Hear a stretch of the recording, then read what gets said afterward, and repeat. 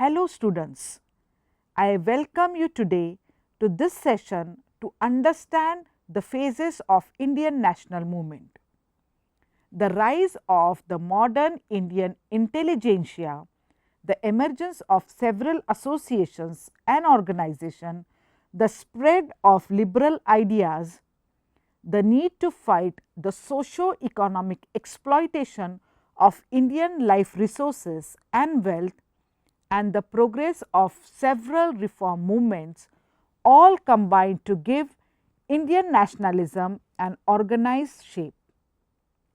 The history of national liberation movement 1885 to 1947 can be reviewed in terms of its phases. The first phase begins with the rise of moderate leaders in India. Moderates, they are between 1885 to 1909. The Indian national movement in its first phase progressed under the influence of moderates who were loyal to the British rule and did not talk of the independence of India. Leaders like Dadabhai Nauroji, Gopal Krishna Gokhale and Surendranath Banerjee were of the view that the first and the best thing was to demand reforms from the British government of India. Perhaps such an attitude and policy of the moderates was based on the thinking that Indian National Congress should first become a stable political organization without in any way inviting government's repression and in the process secure certain reforms for the benefit of the countrymen. The methods adopted by the Congress during the moderate period were passing of resolution, seeking the desired reforms, sending of deputations and presentation of petitions to the government. The moderates, however, failed to get most of their views accepted by the British. The Council Act of 1892 belied their hopes, and the Morley Minto reforms of 1909 gave a death blow to their view of the British regime. The introduction of the communal electorates and the refusal to accept the introduction of democratic system even as a distant goal proved the authoritarian nature of the British policies and their formulations. The second phase of national movement in India is stirred with the role played by extremists. Extremism, which is between 1905 to 1918. Extremists simply stood for opposing the harmful and anti-Indian policies of the alien rulers. However, they did not favor militant or terrorist methods. The Indians would have to get these by opposing the British rule and compelling it to accept the rights of the Indians, which included the right to Swarajya. Tilak, Lala Lajpat Rai and Bipin Chandra Pal were the leaders of extremists.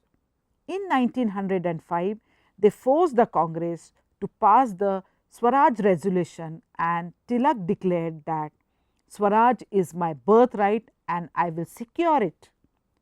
From 1905 onwards, the Congress entered a new phase. The extremists were strongly critical of the policies and methods of the moderates. The extremists therefore stood for opposing the British rule and its policies. With a view to securing the legitimate rights of the Indians, which included the right to Swarajya, the extremists advocate resistance as the mean. But this does not mean that they stood for violent and militant method for securing their objectives. At the Surat session in 1907, the moderates, being in majority, virtually expelled the extremists. The extremists opposed the partition of Bengal and other British policies. They advocated Swadeshi and boycott as the means for securing the rights and interest of the people of India. In the year 1960, Tilak with his party re-entered the Congress and the efforts of Mrs. Annie Besant to bring together both the moderates and extremists were successful. The Lucknow session saw the first reunited Congress, with the extremists having an edge over the moderates. Militant nationalism. Militant nationalism was another but minor stream of national liberation movement. They stood for underground revolutionary activities through the organization to small and secret revolutionary organization in different parts of the country. Several revolutionary organizations like the Gaddar Party and Hindustan Republican Army were established for carrying out militant activities. An attempt was made in 1907 to blow up the train in which the Governor General of Bengal was travelling. The government treasury was looted at Kakori in 1911. A bomb was thrown at Lord Hardinge's in Delhi. The British took stern action to suppress the militants.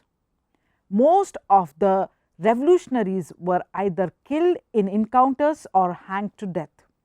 The important phase of national movement of India begins with Gandhi's arrival in India. National movement, and that is the Gandhian phase, which is from 1918 to 1947. The most popular, important and successful phase of Indian national movement was the Gandhian phase. During the phase, the national movement developed into a massive non-violent freedom movement which compelled the British to free India. The Lucknow Pact of 1960, leading to cooperation between Congress and the Muslim League, the union of moderates and extremists, and the launching of Home Rule movement all indicate the newly attained maturity of the Indian national movement. It produced an immediate result when in 1917 the Montego Declaration accepted the establishment of a responsible government in India as the final goal of British policy. Around this time, the rise of Mahatma Gandhi as the revered and undisputed leader of India brought a big positive health and direction to the national movement. Non-violent, non-cooperation movement in 1920. It was the first major step taken by the Indian National Congress to oppose the British rule. It involved non-contesting of elections which were to be held under the Government of India Act 1919 and boycott of courts, educational institution, foreign cloth and liquor shops. Use of Swadeshi and boycott of foreign goods was resorted to. The Khilafat Committee asked the Muslim to join the army and the Congress called upon all Indians not to pay taxes. In November 1920, the visit of the Prince of Wales to India was boycotted by the people and a Hartal was observed in Bombay, where the royal visitors were to land. A bonfire of foreign cloth was made at Bombay Sea Beach. The government resorted to the repression and banned all public meetings and functions. Non-cooperation volunteers were jailed. Mass arrests were made. By the end of 1921, all important leaders except Gandhiji were behind prison bars. In February 1922, Gandhi gave a call for civil disobedience. He gave an ultimatum to the Viceroy. He declared that he would start civil disobedience at Bardoli. But before the start of mass civil disobedience movement, mob violence occurred in Chauri Chaura in UP, in which, as a reaction to wanton police firing, some peasants set fire to a police station which resulted in the death of 22 policemen. Gandhiji made it clear that Swaraj was to be achieved not through violence, but through satyagraha. Development of national movement 1922 to 1930. The stopping of non-violent, non-cooperation movement in 1922 shocked many national leaders. The arrest of Gandhiji in March 1922 and the 6 years imprisonment awarded to him made things more gloomy. The Swarajist. In this hour of darkness, a new lead was given by C.R. Das and Motilal Nehru by forming the Swarajist party. It was felt that the decision to remain away from elections to the legislature had been counterproductive insofar as it helped certain dishonest persons to get elected as representatives of the people. The Swarajists therefore decided to contest election, enter the legislature. They won 42 out of the 101 seats. Initially, the Swarajists were successful in opposing the government policies within the legislature, but later on they failed to get their demands carried out. The failure of Swarajists and the outbreak of communal riots. However, in this hour of darkness, the British government decision in 1927 to send an all-white commission, the Simon Commission, to India for examining the issue of constitutional reforms gave an opportunity to the people of India to rise in revolt against this racial decision. The Congress decided to boycott it and adopted the slogan, "Go back Simon." In August 1928, the Nehru Committee submitted the draft constitution which called for the establishment of responsible government in India, bicameral sovereign parliament, federalism, fundamental rights for the people, universal adult franchise and reservation of seats for the minorities. The British government, however, rejected the Nehru report and instead decided to adopt the Simon Commission report. The Muslim League leadership also left dissatisfied with the Nehru report. Mr. Jinnah came out with his 14-point program and demanded special and more favorable rights and privileges for the Muslims in India. This created a rift between the Congress and the Muslim League. The Congress in its Lahore session 1929 passed the resolution declaring Purna Swaraj as its objective. On 31st December 1929 at midnight, the Congress President Jawaharlal Nehru unfurled the tricolour national flag and proclaimed that it was a crime against man and God to submit any longer to the British rule. On 26 January 1930, the Indians took the Pledge of Independence. The Congress decided to launch the civil disobedience movement for securing the objectives. Civil disobedience movement in 1930. The civil disobedience movement commenced with the Dandi March on 12th March 1930, when Gandhiji, accompanied by 78 selected followers, began a 200-mile long march from the Sabarmati ashram to Dandi for breaking the inhuman and evil salt law by manufacturing illegally but openly salt from the sea waters. The Dandi March electrified the national consciousness. Gandhiji was arrested before he could offer satyagraha and make salt at the government depot at Dharasana, but his followers broke the salt laws and bravely faced the governmental brute force. Demonstrations were organized throughout India against Gandhi's arrest and government repressions. The government resorted to repressive actions, but the people remained undeterred. Mass arrests were made and people voluntarily came forward to undertake jail pilgrimage. Simon Commission report and the first round table conference. Meanwhile, in mid-1930s, the Simon Commission submitted its report. In November, the British government convened the first round table conference in London under the chairmanship of PM Ramsay MacDonald for discussing the issue of constitutional reforms on the basis of recommendations contained in the Simon Commission report. The Congress naturally boycotted the RTC-1 and continued the civil disobedience movement.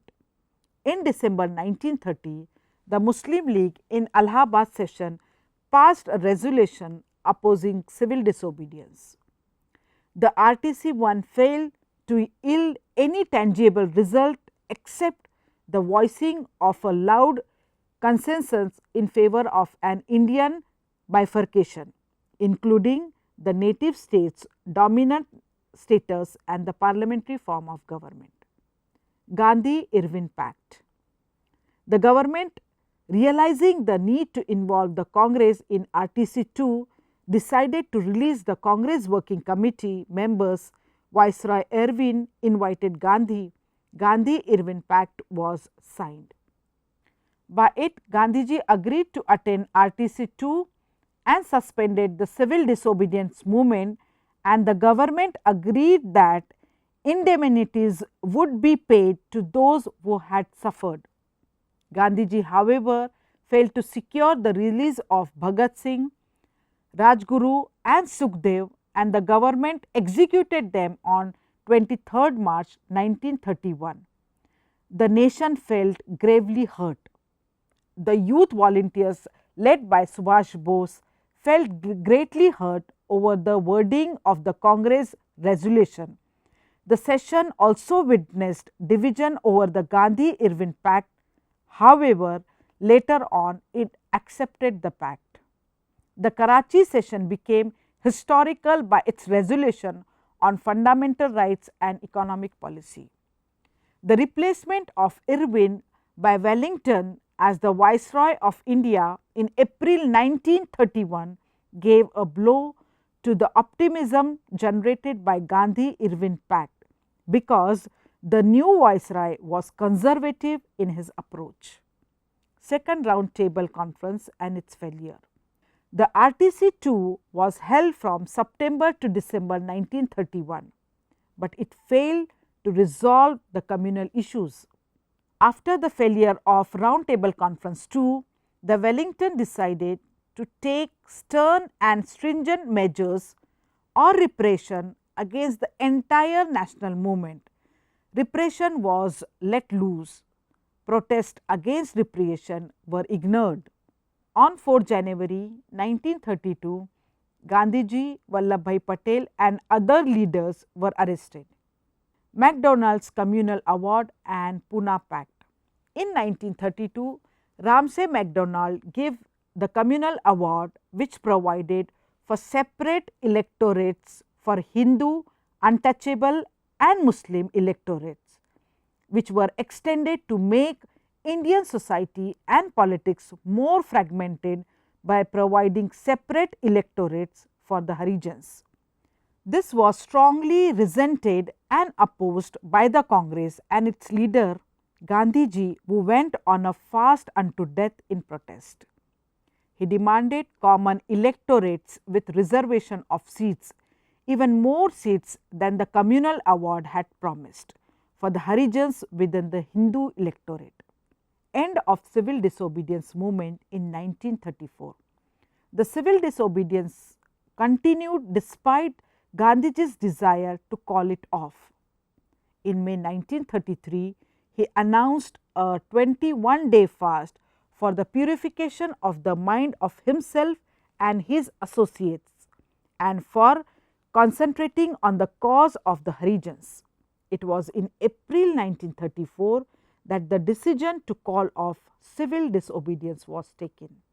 However, the end of civil disobedience by the Congress did not deter other organizations from opposing the British rule.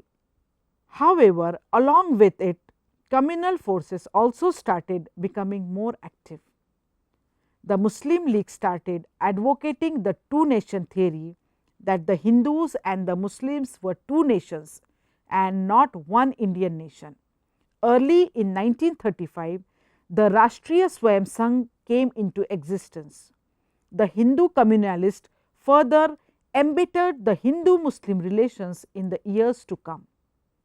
To match the Muslim communal theory of two nations, they came up with the equally unscientific theory that Hindus form the Indian nation and the followers of other religions were foreigners.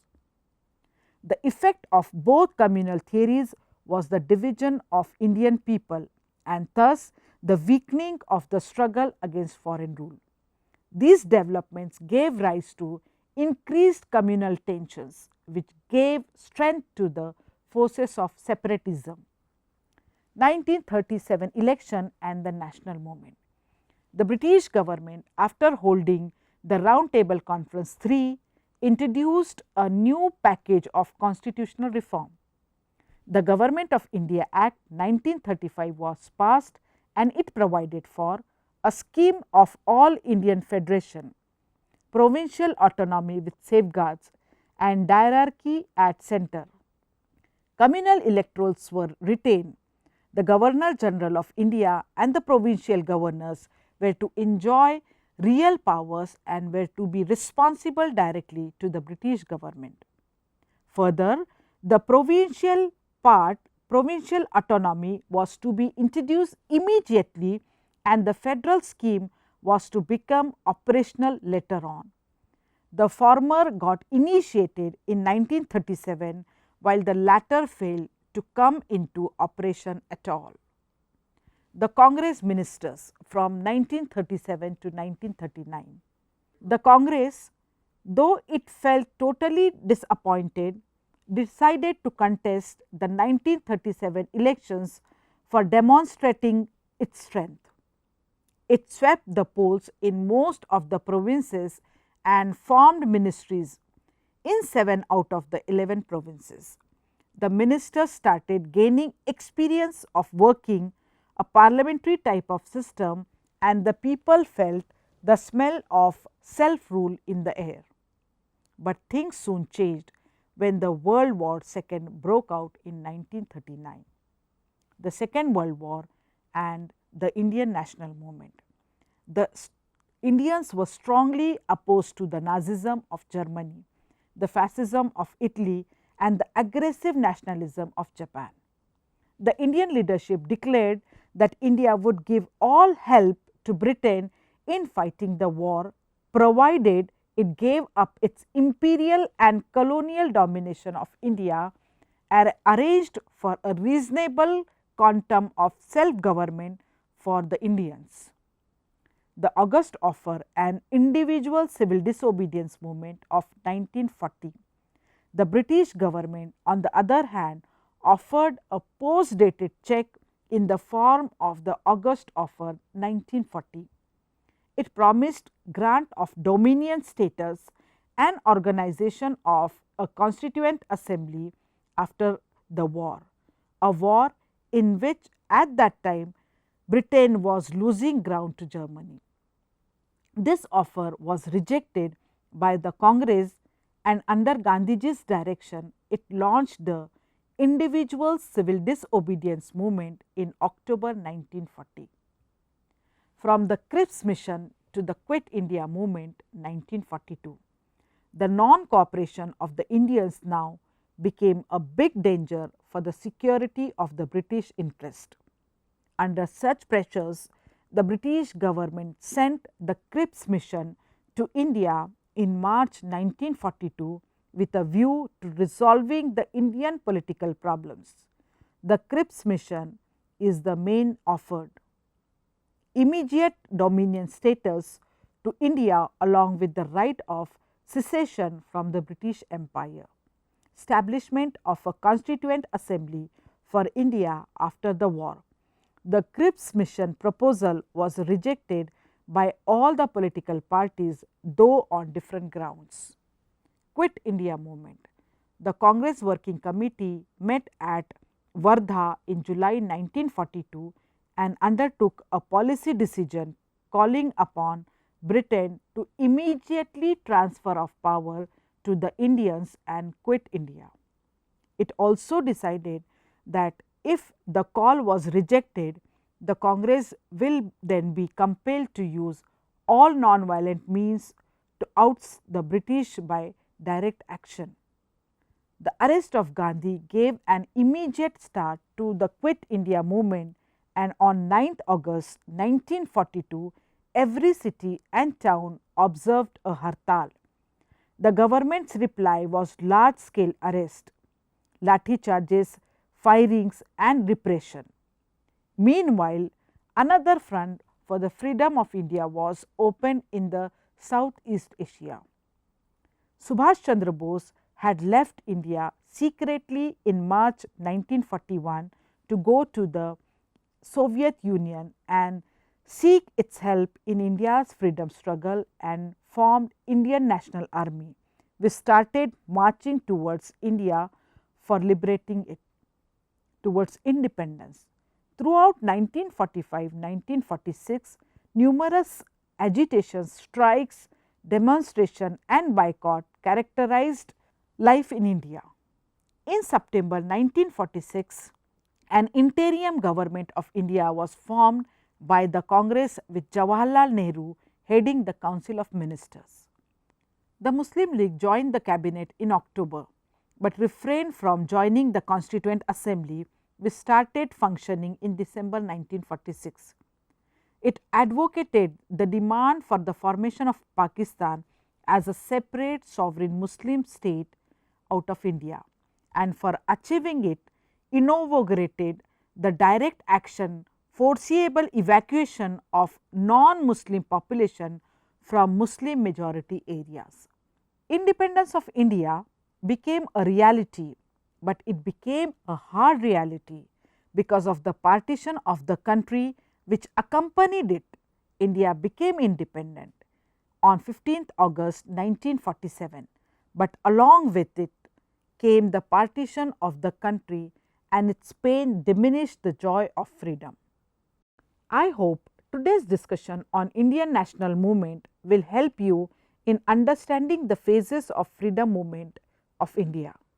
For you students, this may be something that happened in the past, but for your parents or grandparents, they have lived through these times, and the memory must be still fresh in their minds.